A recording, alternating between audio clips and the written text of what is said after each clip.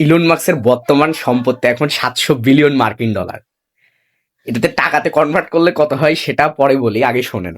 সে যদি প্রতি মাসে 100 কোটি টাকা করে খরচ করে, মানে সে ধরেন চিল করতেছে 100 কোটি টাকা প্রতি মাসে, তাহলে তার যে টাকা আছে বাংলাদেশি টাকায়, তার এই টাকা খরচ হয়ে শেষ হইতে সময় লাগবে হচ্ছে 85,000 বছর।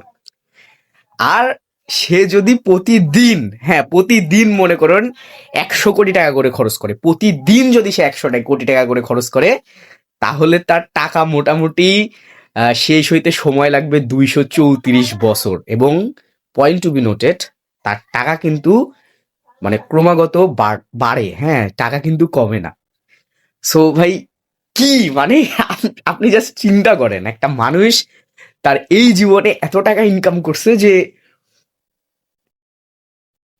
ভাই, বাদ বাকি ক্যালকুলেশন আপনারাই করতে পারবেন। আমরা কি করতেছি, আমার ব্যাংক অ্যাকাউন্টে মনে হয় এখন 10 টাকাও নাই।